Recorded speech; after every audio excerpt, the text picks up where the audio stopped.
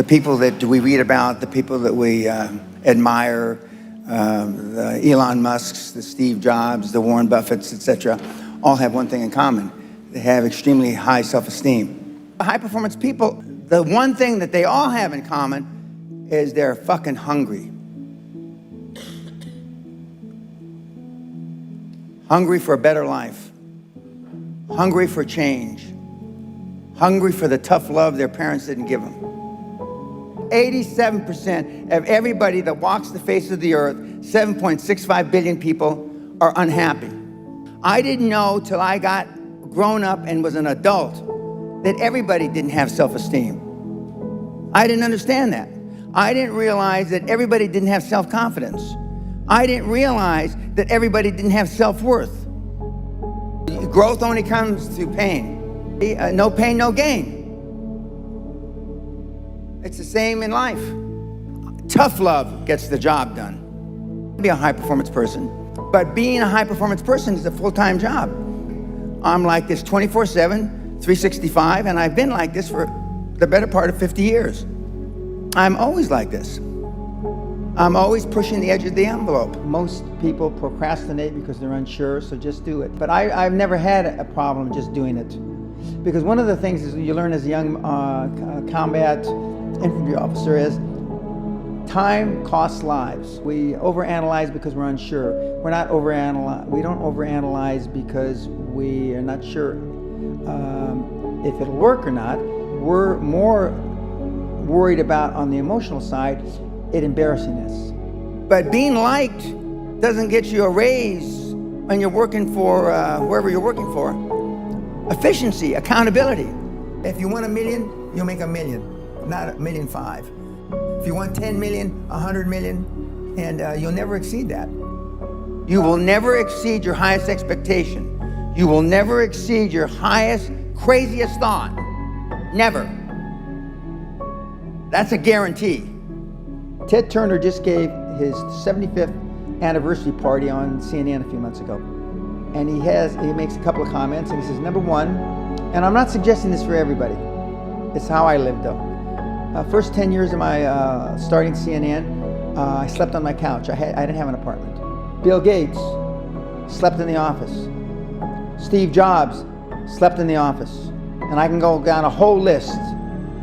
Now these are super successful, mega wealthy guys. I slept in my office.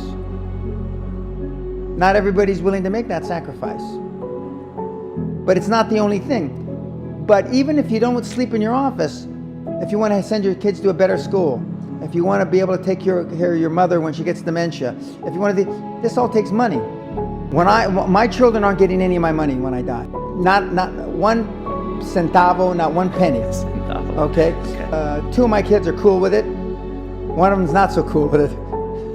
I'm not going to, I think Andrew Carnegie, by the way, Andrew Carnegie, arguably the richest, most successful entrepreneur of all time, he said the best thing that you can have for a child is him to be born into poverty. And I agree. Of course, you've heard me say this before, self-esteem is built the first 7 or 8 years of life. And unfortunately, we're with our parents the first 7 or 8 years of life. Ergo, we don't have too much high self-esteem. But to build high self-esteem, and the way you build high self-esteem, if you're 25, 35, or 45, is to be around, surround yourself with other people that have high self-esteem. Show me your friends and I'll show you your future.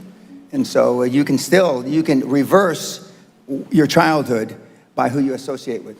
You're 22 years old, you're 32, you're 41 years old, and there's a guy or a gal who's 45 years old who is where you want to be. They've accomplished a lot of things. If you're into, they're saving the world, they're using their money for good causes, go associate with those people. Be around those people.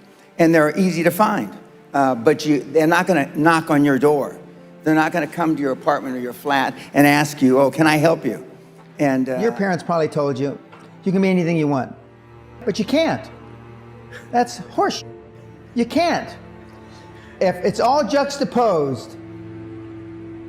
So, but what you tell them is that you can do anything you want that you have passion for, because that eliminates most of the crap.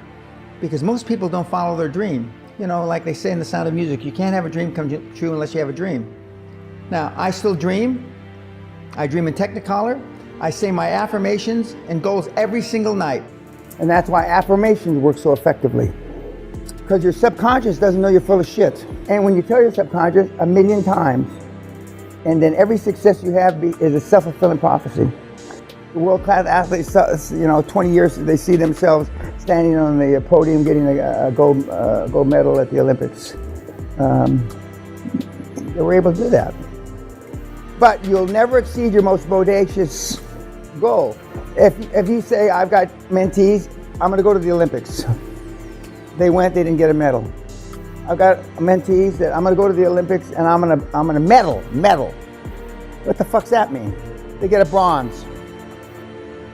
Before I had any money, I used to go to the Rolls Royce dealers and sit in the cars and smell the leather, touch the leather, okay? I went to $1 million houses, and my wife and I would walk through the house and they'd say, when are your parents getting here, kids? No, we are the buyers. Practice being successful. How many people listening to this today practice being successful today? Through affirmations, through going to the Rolls Royce dealer, maybe Lamborghini, maybe something else. Right. In my particular case, it was Rolls Royce. And within a year of me going to the Rolls Royce dealer, I had a Rolls, okay? Within 19 months of me dreaming and adding it to my goals, a castle on an island, I own Guthrie Castle. Go to stores you can't afford. Okay. Go hire lawyers you can't afford. Lawyers will meet with anybody. Accountants will meet with anybody.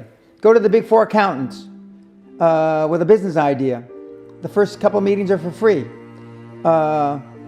Jettison probably a lot of the people you hang around with. If you have poor public speaking skills, join Toastmasters. Do these. If you went to a good school and you're not successful, go to the alumni deals. Okay.